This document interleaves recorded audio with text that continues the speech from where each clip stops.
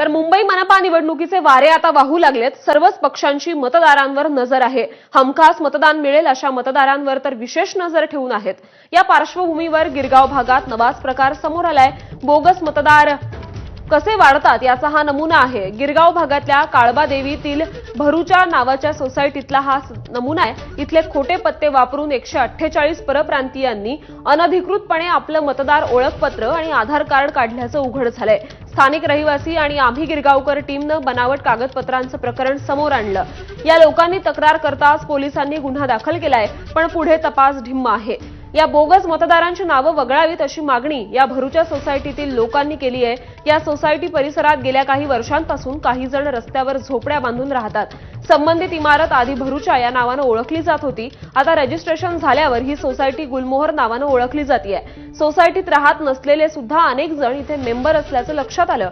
या सोसायटीत अस्तित्वातच नसलेल्या फ्लॅटचे पत्ते देत आधी विजेचा मीटर मिळवून मग त्या आधारे पॅन, आधार आणि मतदार ओळखपत्र या लोकांनी मिळवलं। 148 जणांची तक्रार करण्यात आली आहे, मात्र जवळपास 1200 जण असल्याचा दावा आता करण्यात येतोय। आता या लोकांना बनावट पत्त्यांच्या आधारे बनावट Aadhaar card, PAN card, voter ID देणारे दलाल नेमके कोण याचा शोध घेण्याची गरज आहे। सोबत अभय कठाळे आहेत, जे खरं तर पाठपुरावा करतायत। इलेक्शन कमिशनकडे त्यांनी तक्रार केली, पोलिसांकडे तक्रार केली, मात्र काहीच झालं नाही। सोसायटीचं जुनं नाव भरूच्या बिल्डिंग होतं, 2018च्या अगोदरचं। तेव्हा ह्या लोकांनी आधार कार्ड, पॅन कार्ड वगैरे सगळं बनवून ठेवलेलं आहे। आता गोल्ड सोसायटी झाल्यानंतर बिल्डिंगचं नाव गोल्डमोहर कोऑपरेटिव्ह हाऊसिंग सोसायटी झालं आहे। तर आमच्या निदर्शनास असं आलं आहे की इथे जवळपास 148 लोक आहेत, त्यांनी आमच्या बिल्डिंगच्या नावावर voter I D, pan card असं बनवून ठेवलेलं आहे। आम्ही जे आमच्या बिल्डिंगमध्ये जेव्हा आधार कार्ड पण बनवलेलं आहे। जेव्हा इलेक्ट्रिसिटी बिल आमच्या सोसायटीच्या टपालमध्ये आलं आहे, तेव्हा आम्ही बघितलं की त्या लोकांनी इलेक्ट्रिसिटी मीटर पण घेऊन ठेवलेले आहेत। मग आम्ही ते तुमच्या सोसायटीचं नाव आहे, मग आम्ही ते बेस्टला ॲप्लिकेशन करून ते मीटर कॅन्सल केलेलं। त्याच्यानंतर आम्ही पोलीस स्टेशनला इन्फॉर्म केलेलं, BMCला इन्फॉर्म केलेलं। पोलिसांनी 100 वेळा इथे कारवाई केलेली आहे डिमोलिशनची BMC सोबत। त्याच्यानंतर पण ते पोलीस गेले की परत येतात। परत आला कुठले आहेत हे लोक? हे नॉन महाराष्ट्रीयन आहेत, मद्रासी परप्रांतीय आहेत, बांगलादेशी पण आहेत त्याच्यामध्ये। त्यांची भाषा आम्हाला कळत नाही काय बोलतात तर ते, आणि इथे येऊन आम्ही जर का त्यांना जायला सांगितलं तर ते दादागिरीवर येतात आणि मग मारामारी पण होते इथे। अशा प्रकारची यादी किंवा अशा प्रकारचे जे पुरावे यांना मिळाले ते तुम्हाला सतर्क करणारे आहेत, कारण तुमच्या पत्त्यावर इतर लोकांनी आधार कार्ड, पॅन कार्ड काढलंय का, वोटर आयडी काढलाय का? कारण यांना उशीर झालेला आहे आणि त्यामुळे कुठल्याही प्रकारची कारवाई निवडणूक आयोग करू शकत नाही असं त्यांनी उत्तर दिलेलं आहे। मात्र ते थांबणार नाहीयेत, पाठपुरावा करणार आहेत।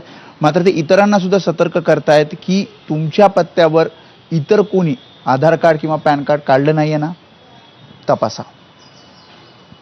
कॅमेरामन विनय राजभरसह मी वेदांत नेब, ABP माझा, मुंबई।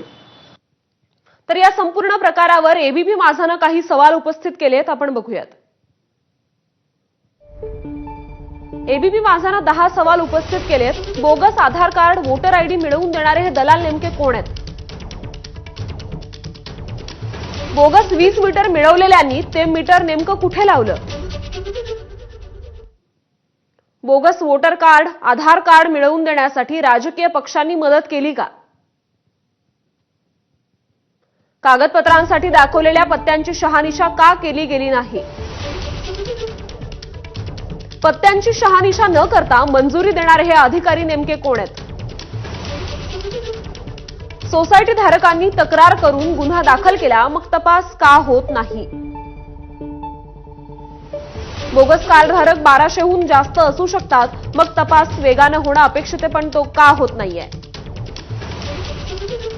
निवडणूक आयोगानं या प्रकाराची दखल घेतली का?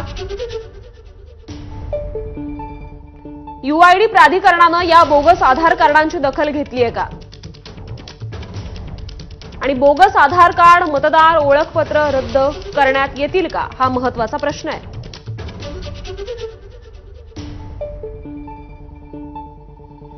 आणि या बातमीसोबत बुलेटिनमध्ये एक छोटासा ब्रेक। बघत रहा ABP माझा।